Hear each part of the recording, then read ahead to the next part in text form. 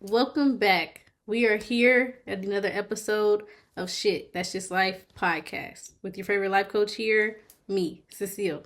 Okay. Today we are diving into I Am, a raw awakening journey through poetry with author and spoken word artist Danny Pigden. Just for the listeners, in one sentence, what is I Am really about? It's a spiritual awakening journey of self-discovery. Okay. All right. Can you go more into that when you say like self-discovery? What is it that you were you were interested into further understanding about yourself? I got to the age of 39 and had lived a life of addiction, being a chef, married life, but actually had no idea who I was. Okay. And it then basically, a friend of mine asked me the question, Dan, who are you? And I couldn't answer. And she also challenged me to this limited belief that I couldn't write. And I started writing a poem, like my first poem on the 14th of February 2024. And then it just started happening. All that was going on inside of my own mind and my emotional baggage that I was carrying, I found a way to get rid of it. And it started to just peel the layers back of actually, I'm not all these awful things that I've called myself. Okay. And that's kind of how it really started. Okay. So it's just you wanting to get more clarity as to what your purpose was. Is that what it was? Yes, and also why well. Yeah. I've always felt quite alone, very isolated. Well, Always having people around within myself. okay. And the question, where are you from originally? From Southeast England. Okay, Southeast England. Okay. Yeah. Born and raised? Yeah, I was born and raised in the county of Kent, not far from London. And now I live in Scotland. Okay. All right. Are you enjoying Scotland so far? I absolutely love Scotland. It's beautiful, one of the most beautiful countries. Okay. Okay. Okay. All right. Why the title I Am? And what does it represent to you personally? That I am basically is when someone's asked who I am, it's as simple as that. I am. There is no labels that make up me. It is just me, my essence. I'm kind of like come from the perspective that I'm really good at being nothing, but by being nothing, I'm part of everything. Yeah. Okay. Okay. And when I was asked the question, who are you? All these different things that I've done over the years, different job titles, dad, husband, brother, all of these things actually, they're labels that make up part of the experience, but really there's no more than just I am me. Yeah. Yeah, it's just trying to show that outside of a certain title that you're just being yourself, you know. Yes. Did you know this book while writing it, like or did you kind of just evolve into it as you were writing the book?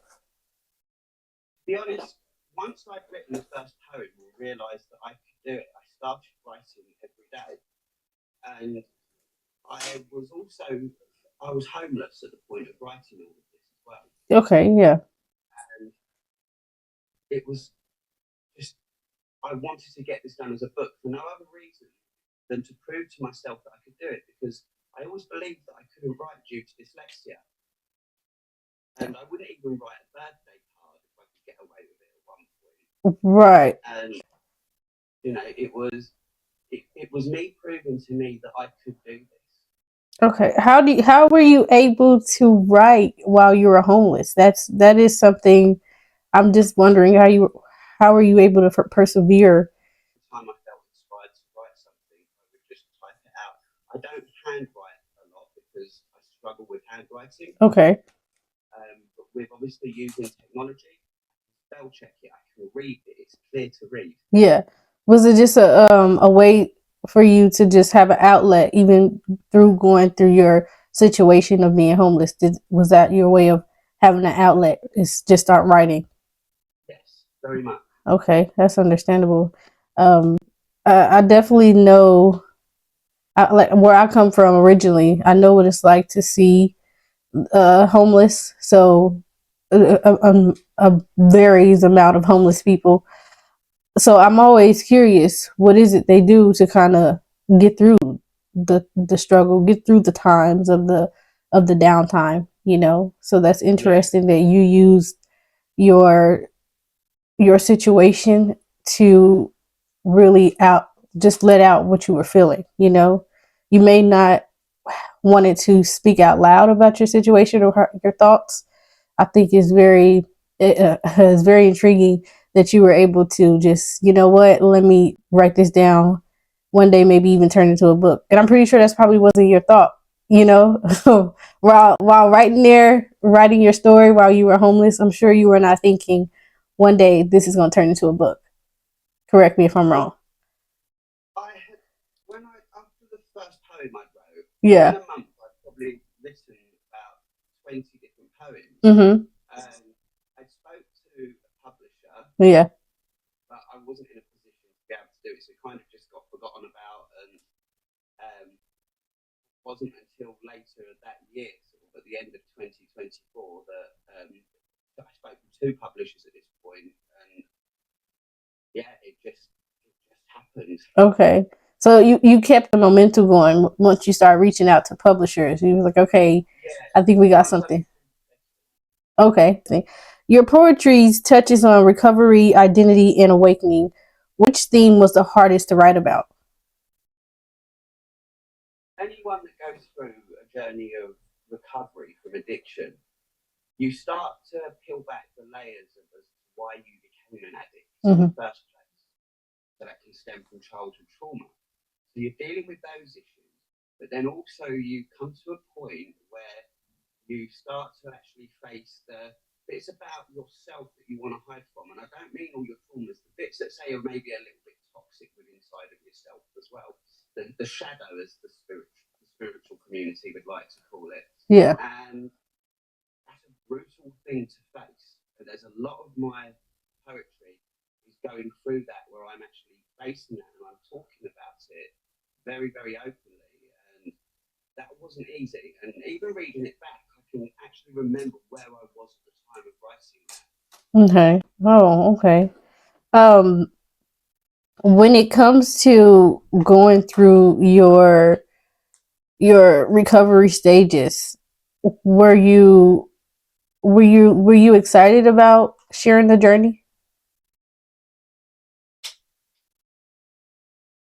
It was actually, because I believe that we can come through it. Okay. And we can make a real drastic change to our lives if we start to empower ourselves with everything comes down to a choice. A choice to do something or a choice not to do it. Okay. And I'm not saying it's easy, but it's there. And I like to think with what I've written, for anyone that's going through a similar struggle, it brings a bit of comfort. Mm-hmm. Yeah. I think that the fact that you were able to willingly share the journey is incredible, especially going through the recovery phase. So I commend you for that one. I would like to know specifically, was there ever a poem that you almost didn't include, and why? To be honest, no, there wasn't. I was just so focused in what I was writing, and everything that I'd written over the course of that year was going into that book. Okay. Okay. Because I felt it was important. You know, this was a journey from being at the absolute rock bottom, then transitioning to actually coming out of that, and everything was part of that journey that was written, so it had to be in there. Okay. How did poetry help you say things you couldn't say out loud? I'm very curious.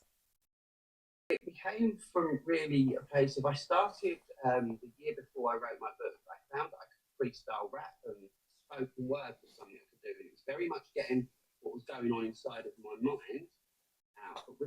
poetry, it actually brought me down into my heart, and it actually allowed the emotions to come out. Okay. But in a really safe, beautiful way. Mm-hmm.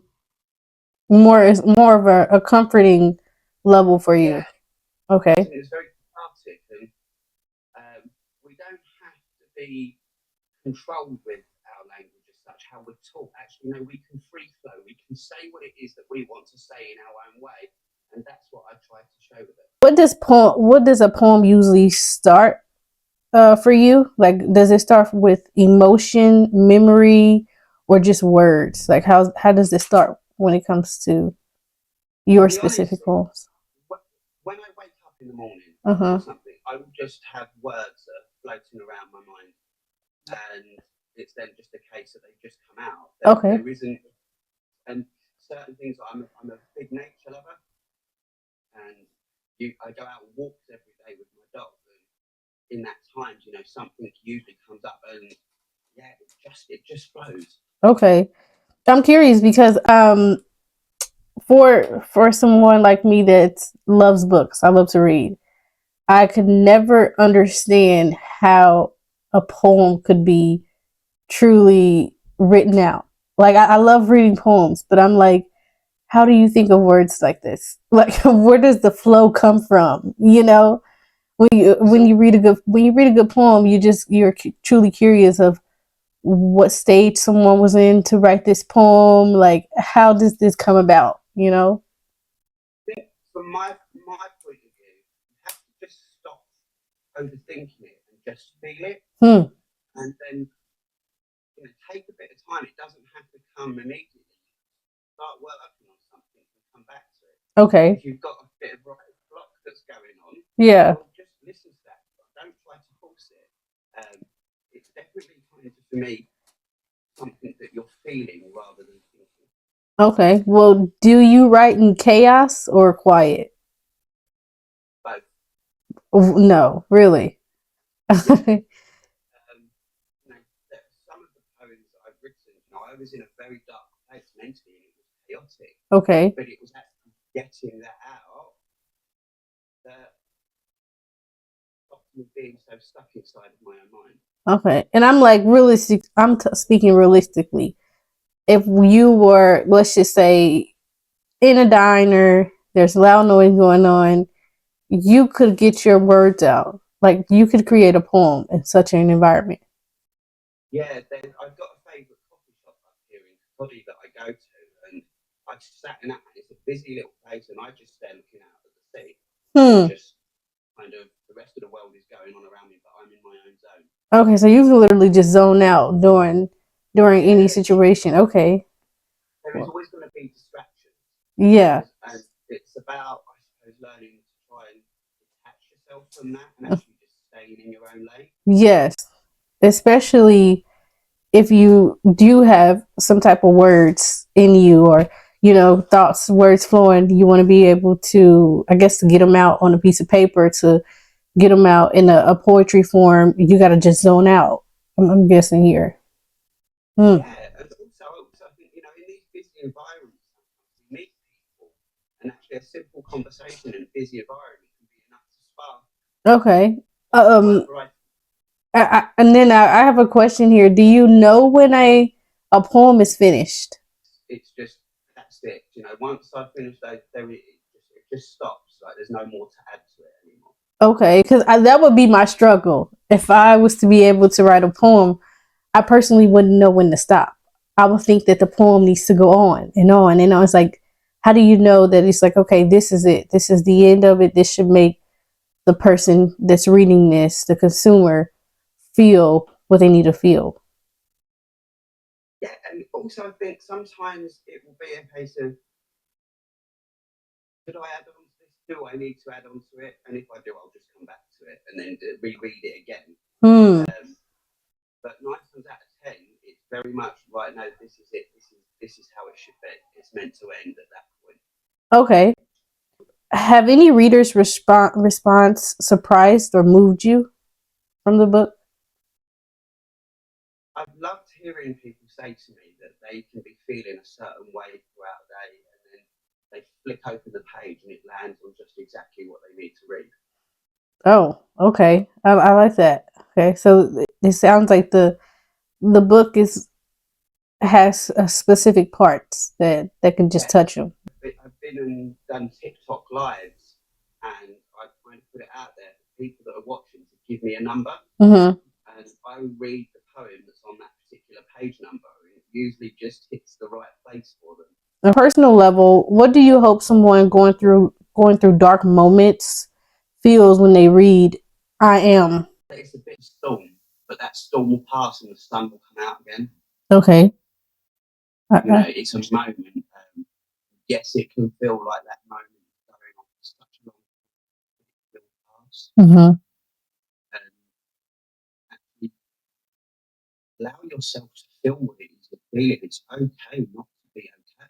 Yeah. You don't have to try and be brave, but there's always support and help out there. But actually, you have to make a conscious choice to go and find that. A lot of people struggle with just not being able to be okay with not being okay. For men, um, particularly of my age group, I'm 41, emotional intelligence wasn't really something that we were taught. Yeah. And we're kind of made to feel that we've got to hold all this in. We can't express emotion. Mm-hmm. Actually, we are emotional. It's okay for us to be heart centered and to feel that and to express that. Yeah. You don't have to put on a front for anything. Right. And I think that it's just letting them know there there is a comfort zone. There are safe spaces, whether that's finding it in your brotherly friendships, your companion friendships. But once you find your safe space, you learn that it's okay to not be okay. It's okay to release in any form that actually makes you feel better, you know? Um, I want to know, what does healing look like for you now? Yeah. I was homeless because I couldn't face living indoors on my own. It Okay. was too much. Like, I would feel as though I would be agoraphobic and couldn't leave the house, to then being so claustrophobic I had to flee and run away. Mm. And I'm now a year on in my own place, living very, very comfortably with my little dog, and we go out and share walks. And actually, I have a way to express myself.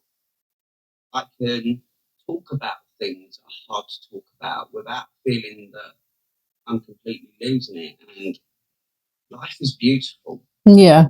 And it's very much filled with what you create the reality around. And some days are always going to be challenging. Also, you actually have days that are beautiful where you experience such joy and love. Okay. So would you say that you found a more healthier way to express and communicate to others? Yes, very much so. Okay. I embrace the life of being a creative genius in my own right. Mm-hmm. Spend a lot of time sort of now indoors. I never realised just how creative I was. All the time that I was working as a chef and through years of addiction, constantly denying myself that chance to actually express myself in my own unique way. Did you notice, hey, I have a gift? I'd probably say from 2023 on a night on the beach, night I went down to Coddy Beach and I was having a bit of an internal conversation with myself. I'd never expressed anger before. Why? So I was always too scared to. Mm-hmm. So I then put on a hip hop, said a sentence that came out absolutely perfectly.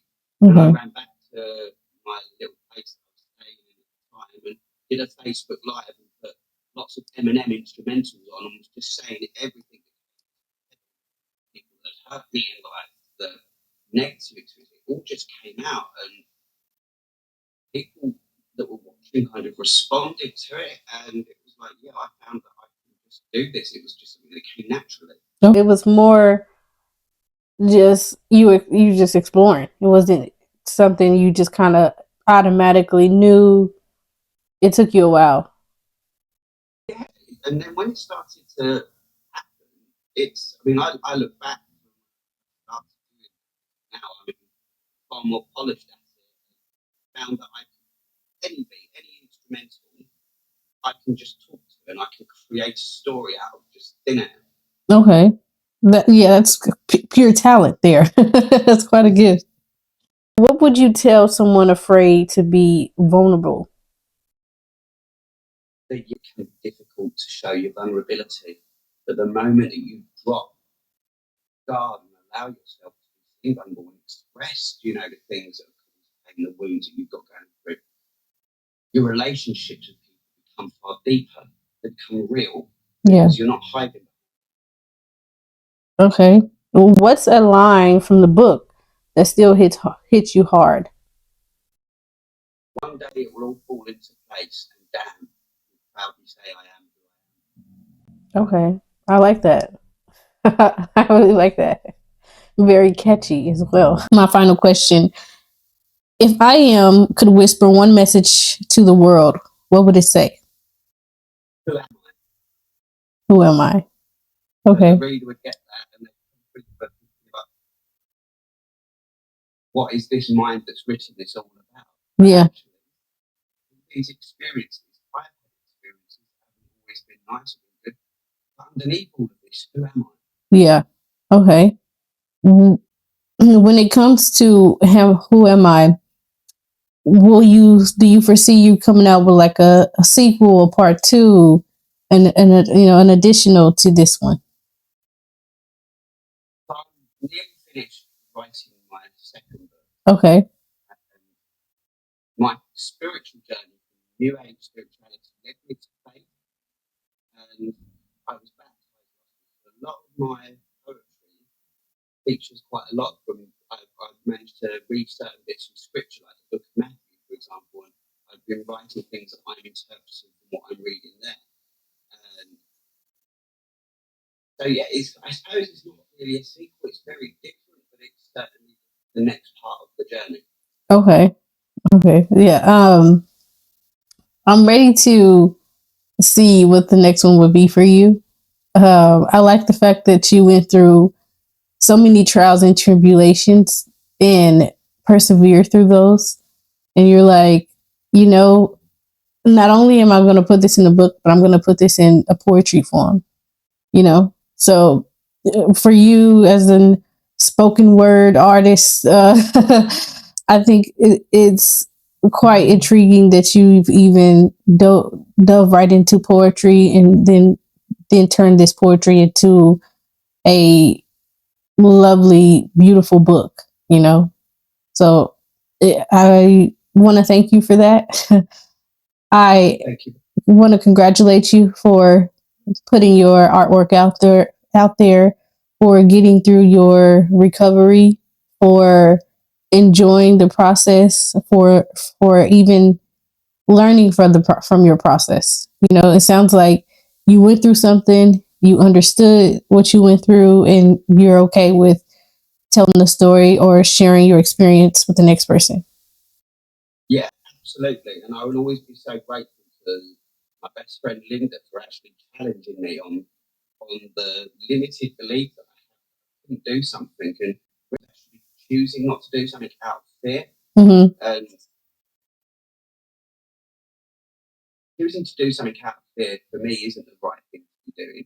Was it more of a fear situation that had you thinking, no, I'm not going to share this journey? Because I think anyone else that went through your journey or is going through your journey would be hesitant about sharing their story. So was it more of a fear of judgment, or was it more of a like just procrastination? Like, hey, I'm going to do it, but it was more of a fear of not being good enough. Realization there was nothing to prove. This was something that I wanted to do for myself. Yeah. And in doing so, actually, it's been lovely. You know, people that I speak to that have read it or follow me. You know, seeing people actually now embracing change and pushing forward themselves in making healthy choices has been brilliant. Everybody goes through a phase of feeling like it's not good enough, so that's very normal. But I think it's just also knowing that some of these thoughts are just in our head. That's just what it is. It's just self sabotaging when you overthinking too much. So I say continue to put out the work. Try not to let the mental be your downfall. Try not to overthink too much, because sometimes that can be our worst enemy, is our own brain at moments. This one is called change. Okay. Nothing ever stays the same. Change is the name of the game. Change occurs from conception. It can take your path in all directions. You're not the same as you were last year. Ask yourself, why does change give you the fear? I bet it's the fear of the unknown, fear that change will leave you all alone. Time to change your perspective. Stop living life in retrospective. Change does not have to be scary. Change can be fun. Commit to embrace change. Your journey has just begun. That's a part of the book, correct? Yes, it is. It's in I Am. Okay. And if you can share with our audience today where they can get the book, I Am, Mr. Daniel Pigden. So it is on a really lovely little independent publisher in the UK, and it's wolfandwing.co.uk. Okay. And I'll make sure the link is in the bio. It's a part of the episode today. I'll put the link. That way, anyone that is listening, anyone that is interested into seeing what I Am is truly about, what it brings to the mental, what it can help with either yourself or someone you already know. I'm excited. So I'll put the link in the bio for everyone to click on and just go get into it. Go buy it. Go buy it. Go buy it. Thank you. The next project for it is to turn it into an audiobook. Okay. So that will be something I'm going to be working on. Okay. Are you going to be sharing on all platforms like Kindle, all that good stuff? Once I've eventually got it all sorted out, I will then sort of work out where I'm going to sort of share it from. My book isn't available on sort of like Amazon and things like that. It's solely sort of on an independent place. Okay. Yeah. So I'll make. I like that. And is that a part of the book? Sure, that information. I'll put the link in the bio. That way, listeners can grab the book. I love the fact, like I stated, that it was poetry. It was full poetry, and it's very rare that you run into a book solely made from the depths of poetry, especially from a journey that somebody actually went through. I'm used to the basics: roses are red, violets are blue. So the fact that there was more to the poetry here, I think it's more. It's more than It's more than, I think, I want to say it'll be more enhancing to someone who's been through almost everything you went through. I think that it'll really enhance how they want to let out, how they want to be able to share the journey with the next person. It can give them more of a confidence booster. So if they want to be able to express. So I think that. Go ahead. You can just give someone hope. Yeah. Then job done. Yeah. I think that's just a starter. It's just giving them just a little audacity of hope. Okay. If this conversation resonated with you, take a moment to sit with it. When you're ready, check out I Am by Danny Pigden. You'll find the links in the description. If you want to hear more conversations like this, subscribe, leave a comment. Tell us what line or what moment stayed with you. That I had did something at the wrong moves. That ain't who I am. Get you chopped down the right side, just like it was some him. And I really die about mine. I do it for the film. One phone call to Bill and I get to shooting till the gym. swear that's all he did on them. Like I can, this shit won't stop. No, I can't quit, keep it going till we get rich.